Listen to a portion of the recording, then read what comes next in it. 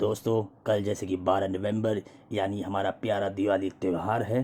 तो आइए जानते हैं विशेष रूप से किन बातों का हमें ध्यान रखना है और क्या पूजा की विधि है। दोस्तों, दिवाली की पूजा में जोड़े से बैठे यानी पति पत्नी दोनों बैठे और पूजन करें, क्योंकि पूजा का लाभ तभी मिलता है जब जोड़े से पूजन किया जाए।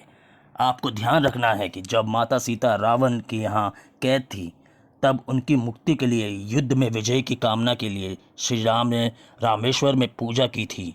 सोने की सीता को बनाकर गठबंधन कर फिर पूजा की। गठबंधन का अर्थ ही है एक का कर्म में दोनों भागीदार बने। पत्नी को वामंगी कहते हैं, लेकिन पूजन के समय पत्नी वाम नहीं दाहिनी और बैठती है।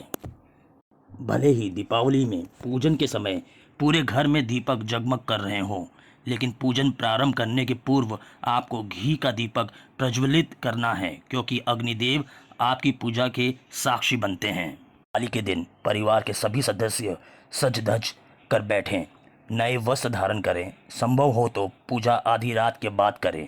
मध्य रात्रि के समय ही महानिशा आती है और महानिशा रात्रि में ही पूजा साधना सर्वश्रेष्ठ फल प्रदान करती हैं। दीपावली की रात्रि के 4 प्रहर होते हैं। पूजा का मुहूर्त के बारे में आपको मैं बता दूं, उदय तिथि के अनुसार 12 नवंबर को दीपावली पूजन के लिए मुहूर्त इस बार सिंह लग्न रात्रि 12:28 से रात्रि 2:43 तक है। देर रात अगर संभव नहीं हो तो वृषभ लग्न में शाम 6 बजे से 7:57 के बीच करें। और अब आइए जान लेते हैं दिवाली की संपूर्ण पूजा विधि। दीपावली के दिन सर्वप्रथम गणेश जी की पूजा करें, फिर पूजन कलश स्थापना करें, लक्ष्मी प्रिय कल्पों की पूजा करें, कैसे कौड़ी शंख आदि। धनतेरस के दिन जिन नए सिक्कों को खरीदा है उनकी पूजा करें। ध्यान रखें, इस पूजा के समय आपके घर में जितने भी पुराने सिक्के हैं जो आपने पिछली धनतेरस पर खरीदे हैं, उन्हें भी नए सिक्कों के साथ अभिषेक कर पूजा करें। साथ ही घर में जितनी सुहागिनें हैं उनके पहनने के जेवर आदि भी पूजा में शामिल करें एवं रात्रि भर उन्हें पूजन सामग्री के साथ पूजा स्थल पर ही रहने दें। के बाद महालक्ष्मी को अंजलि मुद्रा बनाकर सुख समृद्धि का वर मांगे। याद रखें, महालक्ष्मी को हाथ नहीं जोड़ने हैं, अंजलि मुद्रा बनानी है। फिर नैवेद्य को प्रसाद रूप में ग्रहण करें। पहले महालक्ष्मी की समक्ष ही यानी पूजा स्थल पर 1-2 पटाखे शगुन रूप से छोड़ें और फिर बाहर जाकर पटाखे छोड़ें। पूजन सामग्री को वहीं छोड़कर आप पूजा कक्ष से बाहर आ जाए। है कि आपको ना तो हाथ जोड़ने हैं और ना ही पूजा समाप्ति के पश्चात आरती उतारनी है।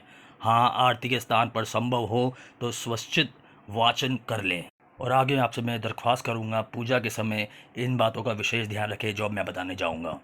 महालक्ष्मी की तस्वीर वो बहुत ज़रूरी है। दीपावली पूजन के समय कुछ बातों का विशेष तौर से ध्यान रखना चाहिए। महालक्ष्मी जिस तस्वीर में खड़ी हो और आशीर्वाद दे रही हो, वो तस्वीर कभी नहीं लगानी चाहिए, क्योंकि वो माँ लक्ष्मी का स्थिर स्वरूप नहीं है। उल्लू माँ का वाहन है जो रात के समय क्रिया। बात क्या करना है आप लोगों को, दिवाली की पूजा के बाद पूजा कक्ष को बिखरा हुआ कभी ना छोड़ें। पूरी रात एक दिया जलाए रखें और उसमें घी डालते रहें। लक्ष्मी पूजा के वक्त पटाखे ना जलाएं, लक्ष्मी पूजा के बाद ही पटाखे जलाना चाहिए। यदि ये सावधानियां रख ली जाएं, समझिए आपके वारे न्यारे हो गए। कि मैं दोस्तों यही कहूँगा, सुख समृद्धि धन धान्य शांति संतोष यश कीर्ति विद्या तप बल दान ज्ञान कौशल मोक्ष सभी कुछ देने वाली महालक्ष्मी ही तो हैं। इसलिए महालक्ष्मी पूजन के पश्चात अंजलि मुद्रा बनाकर पीस झुकाए और वर मांगे। आपकी कामना पूर्ण होगी और सदा के लिए महालक्ष्मी का आपके घर में स्थायी वास होगा। इसी के साथ मैं आपसे दरख्वास्त करूंगा कि मेरे चैनल को लाइक करें, शेयर करें, सब्सक्राइब करें।